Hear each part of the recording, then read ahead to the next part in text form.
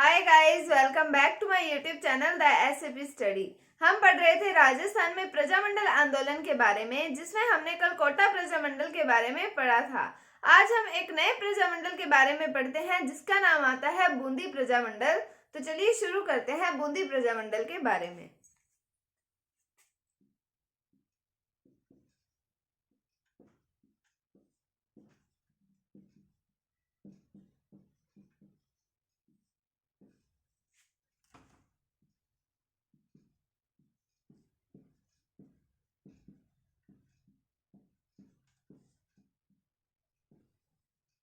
बूंदी प्रजामंडल की स्थापना की बात करें तो इसकी स्थापना 1931 ईस्वी में हुई थी, की गई थी कांतिलाल के द्वारा। इसमें कुछ अन्य सदस्य भी थे, जैसे ऋषिदत्त मेहता, गोपाल लाल, ऐसे कुछ सदस्य थे इसके अंदर। लेकिन ये जो प्रयास था प्रजामंडल की स्थापना का, ये असफल रहा था। क्यों असफल रहा था? हर बार असफल होने के वही कारण होते हैं कि प्रशासन के द्वारा इनको अपनी सभाएं नहीं करने दी जाती, इनको अपनी बैठकें नहीं बुलाने दी जाती। इस कारण प्रशासन की इस रोक टोक के कारण ये प्रयास भी असफल रह गया था। तो हम बात करते हैं पहले बूंदी प्रजामंडल की स्थापना के बारे में। कब हुई? 1931 ईस्वी में। तो बूंदी प्रजामंडल की स्थापना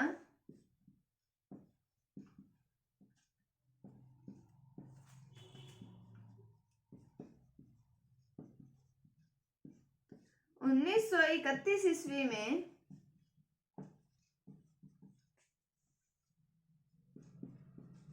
कांतिलाल के द्वारा की गई।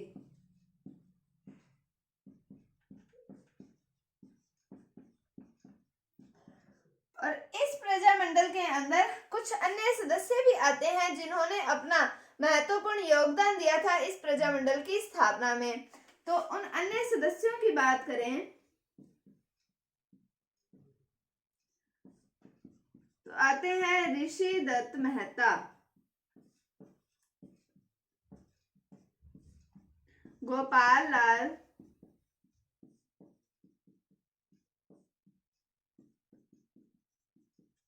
गोपाल कोटिया और मोतीलाल। ऋषिदत्त मेहता, गोपाल लाल, गोपाल कोटिया और मोतीलाल, ये कुछ अन्य सदस्य आते हैं जिन्होंने प्रजामंडल की बूंदी प्रजामंडल की स्थापना में अपना विशिष्ट योगदान दिया था। अब मैंने आपको बताया कि ये जो प्रयास था ये रहा असफल। तो ये प्रयास असफल रहा।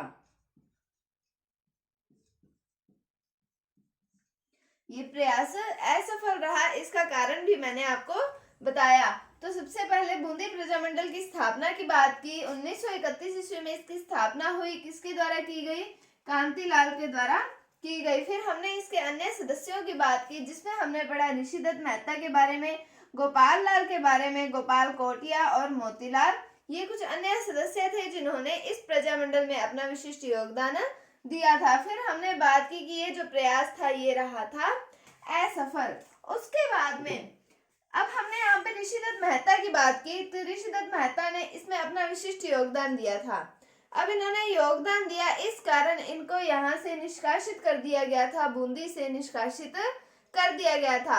फिर हम बात करें 1944 ईस्वी की, तो 1944 ईस्वी में इन्हें रिहा कर दिया गया था। मतलब इन्हें बूंदी में आने की और वहां पर कार्य करने की परमिशन जो है वो मिल गई थी। फिर 1944 ईस्वी में ही ऋषिदत्त मेहता ने बूंदी राज्य लोक परिषद की स्थापना की थी। तो अब हम पढ़ते हैं ऋषिदत्त मेहता के बारे में कि कैसे इनको निष्कासित किया, कब इन्हें रिहा किया और इन्होंने बूंदी राज्य लोक परिषद की स्थापना की। 1937 की बात आती है। 1937 में ऋषिदत्त मेहता को बूंदी से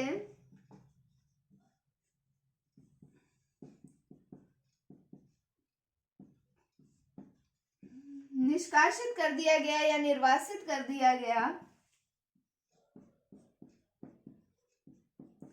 और फिर इन्हें 1944 में कर दिया गया। यहाँ पर रिहा कर देने का मतलब ये है कि इन्हें बूंदी में कार्य करने की परमिशन मिल गई थी, अनुमति मिल गई थी, मतलब बूंदी में अब ये कार्य कर सकते थे।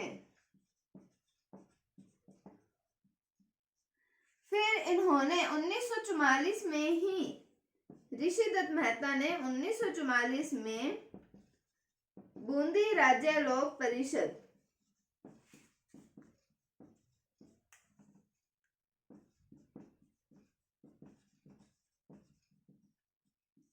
किसकी बात की हमने? बूंदी राज्य लोक परिषद की स्थापना की।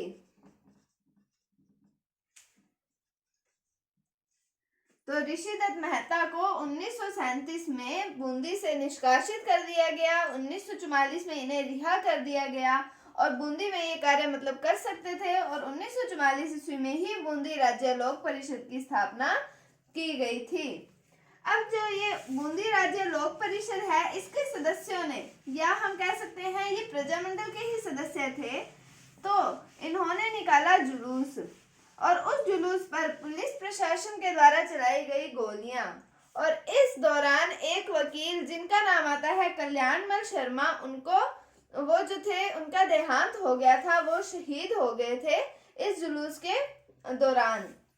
तो बात करते हैं 1945 ईस्वी की। 1945 में बूंदी राज्य लोक परिषद के सदस्यों ने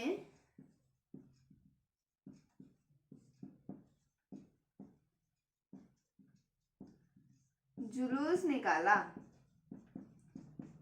ये जो सदस्य थे ये प्रजामंडल के ही सदस्य थे। जुलूस निकाला और प्रशासन के द्वारा जुलूस पर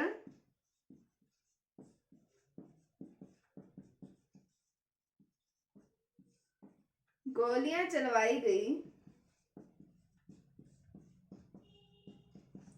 और इस दौरान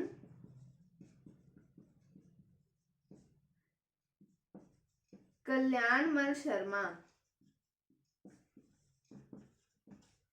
जो कि एक वकील थे,